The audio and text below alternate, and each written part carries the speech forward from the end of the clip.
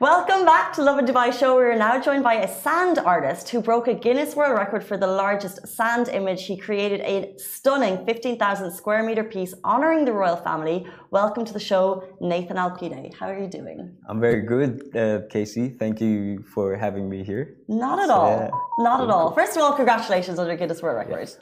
I want to get into all of that stunning piece, but before we get into it, tell me about the background to becoming a sand artist. Like, can you even remember playing on the sand when you were younger and thinking, I'm better than the other kids at this? Well, I do, but the sand art, it started here when I made a tribute, for my grandmother. So I made this massive drawing of a tree back in 2014.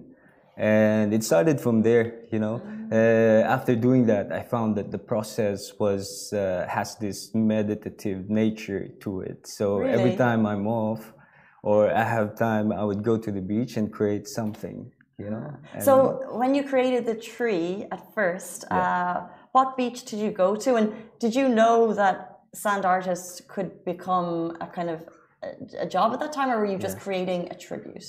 Yeah, I did this. The beach was at a public beach near Jumeirah Beach Hotel. I made it as a tribute to my grandmother, and I wasn't expecting it to reach this point, How do you photograph this stuff? How do you take footage of it? Well, now I have a drone, which has made it much more easier for me to take a video and photograph as well. That's okay. With the drone, and sometimes I would go to elevated spaces and take a photo or a video from there. Cool. So with a regular piece of sand art, where does the sand come from?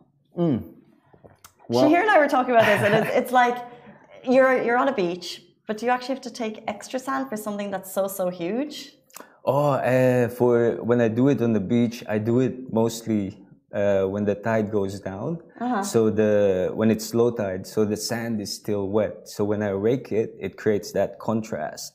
But if I do it, the one I did in Abu Dhabi is quite different because we had to use different colors of sand. So we have to bring them all to the site, and we used a lot of sand, 150 trucks, and each truck weighs about 80 tons.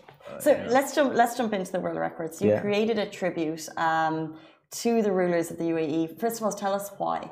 I was commissioned by the CEO of Abu Dhabi Sports and Aviation Club. His name is Mohammed Al Tamimi. It's to commemorate the founding father of the UAE, which is Sheikh Zayed. And I was grateful to have done that for them. How do you make colored sand? Or where does that come from? Like, is this coming from another country, or do they go to a beach that people are already using? Well, we've all sourced them here in the UAE. Okay. So we use 4 different colors of sand, so we can create that contrast on it. So when you say different colors, what do you mean by that? Well, we have black sand, and we have white sand, and 2 more other colors some of them are orange in color, So different you go to different, landscapes, and you load a truck. Yes, exactly. The site where I did it is in the drop zone of Abu Dhabi Sports and Aviation Club. So skydivers, when they go down, they can see the whole thing, So we brought all the sand there because they have that massive space for us to do the Guinness record. So. Usually when you're creating something, so this wasn't on a beach, but are you ever racing against the clock? Because obviously you said you do it on the sand when the tide has come out, and therefore the sand is wet, so you can rake it. So your art is then erased in 24 hours. So first of all, are you rushing? Well, most of the time I am against that, and that's a good question. I'm always I can say that I'm always rushing, because when you're doing a work that's exposed out there in the outdoors, you're exposed to the elements. You know, you have the wind, If I'm doing it on the beach, you have the high waves and these things they keep changing. So I have to keep these things in consideration, and which makes it more exciting in creating something like this, you know. Speaking of winds changing, how do they keep, for example, the tribute? How do they keep that stationary and solid? Well, at the moment, you know, because of the wind and all that, some sand would go on top of it and all that. But yeah, the sand that I used were a little bit more heavier than the sand that I would typically be using. So whenever the wind blows, it's kind of stays there. You know? So intricate. But, yeah. And I think, no, people will see images and not, I guess, be aware of the complexity of what you're doing. Yeah. It was really a big challenge, especially with the weather. You know, there was a point where we were almost like 70% finished doing the whole work, but then there was this weather where it was really windy and all that, and it erased almost like 50% of what we've done, you know? So we have to like start again and do it. And yeah, thankfully I have a good team that was working with me. Wow, so it's really battling against the elements. It is, yeah, exactly, you know. But this wasn't, of course, your first piece. You've created many pieces of sand art before. Apart from, I guess, the Guinness World Record, what other projects are you most proud of? Well, I did in 2019 or 2020, I did the logo of Burberry. It's also in the desert. It's a desert in between Dubai and Abu Dhabi. And that was a big project as well. It was like maybe 100 meters long and 40 meters wide. And it's the same, we're exposing the elements, so we have to adapt to the changes that's out there, the wind conditions, and most especially, yeah. How long are we talking for, like, to complete one of these kind of mass scale projects from start to finish? Oh, it can sometimes 2 weeks, or like for example the Guinness record, we did it for like 30 days. Okay. So yeah, it depends on how big and how complex is the design. So from there, it can go from 2 weeks to a month, or yeah. We're talking on the show a lot about Expo because obviously Expo is closing. We've had 6 months of it, and although we weren't there every day, I'm pretty sure everyone kind of feels a bit of sadness that it's leaving. So I just think about your artwork when it goes. How does that feel? Or are you very kind of quick to just be able to say, okay, bye-bye, move on to the next one? Or is there any way that you can kind of like keep them there forever? Is that a possibility? Could it be possible? Yeah, well, the thing with the work that I do, the part of it of letting go of something, you know, in the beginning it was hard because I'd be working on it for like 2 or 3 hours. And then when the tide goes up, it's gone, you know.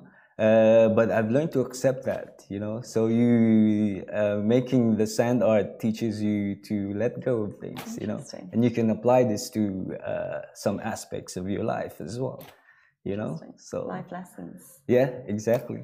But what is the Japanese tradition, I think, of the sand gardens? Because basically you're doing that on a bigger scale. Do you have people who, I guess, kind of want to learn from you and want to join you so they can potentially also learn how the meditative experience that it can provide? Oh yeah, absolutely. Whenever I'm on the beach, on a public beach, I would bring some extra rakes with me. So when so when people would come and ask me questions about how and why I'm doing the sand art, I would explain to them, but then I would hand them a rake as well, and I would ask them if they want to do it, you know. Nice. And they love doing it, you know. Can we go and see your work? Of course, absolutely. Where and how? At the moment, I'm doing it at the JBR Beach. In front of Rixos Hotel. Okay. But I go around as well. I do it in different areas along Dubai. Sometimes I would go to Fujairah as well, Ras Al Khaimah. Have you ever had issues with people damaging your work? Oh, I'm just thinking, 'cause when we were growing up, we would have like, I lived by the beach, and you would make a lot of sandcastles, and there'd always be people or brothers who would come along and they would stamp on my sandcastle. So I'm just wondering, in your case, have you ever experienced that on a bigger scale? Yeah, I do get that sometimes, especially if I'm doing it in a public beach. You know, people would walk on it, but the thing is, they don't see, they don't know that there's something there. You know, but the kids around the area that has seen me doing it, they would be the one to tell these people, oh, watch it, don't step on gardeners. it. Exactly, Nice. yeah. So it's really cool, you know. Okay, so you're at Rixos. In terms of projects, do you look forward, or what's kind of the next big achievement that you kind of hope to complete? Well, I hope I get to do something massive again in the desert. But yeah, I've gotten some inquiries these past few weeks as well, so it's really cool. And I really hope to keep doing this, you know, for a long time. Well, I believe you're in the perfect city for it, right? Yeah, exactly. Lots of sand. Lots of sand. Yeah. So it's awesome. Perfect. You know? Well, first of all, congratulations, or finally, congratulations on this Guinness World Record. A huge achievement, a huge personal achievement, and also, of course, it being a tribute to the UAE is just fantastic. Thank you so much for your time today. Thank you so much as well for having me here. Lovin Dubai, Casey. Oh. That's Nathan. Guys, that is it for us on the Lovin Dubai show. To follow Nathan, or maybe to find out more about what he's doing, or to get in touch with inquiries, how can they do that? Well, I have an Instagram. It's alapide_creator. They can follow my Instagram account, and all my works are there, my paintings and my sand art as well. So, exactly, so you can see the full show. Guys, that is it for us on the Lovin Dubai show. We're back with you every single weekday morning, same time, same place. Stay safe and wash your hands. Bye-bye. Bye.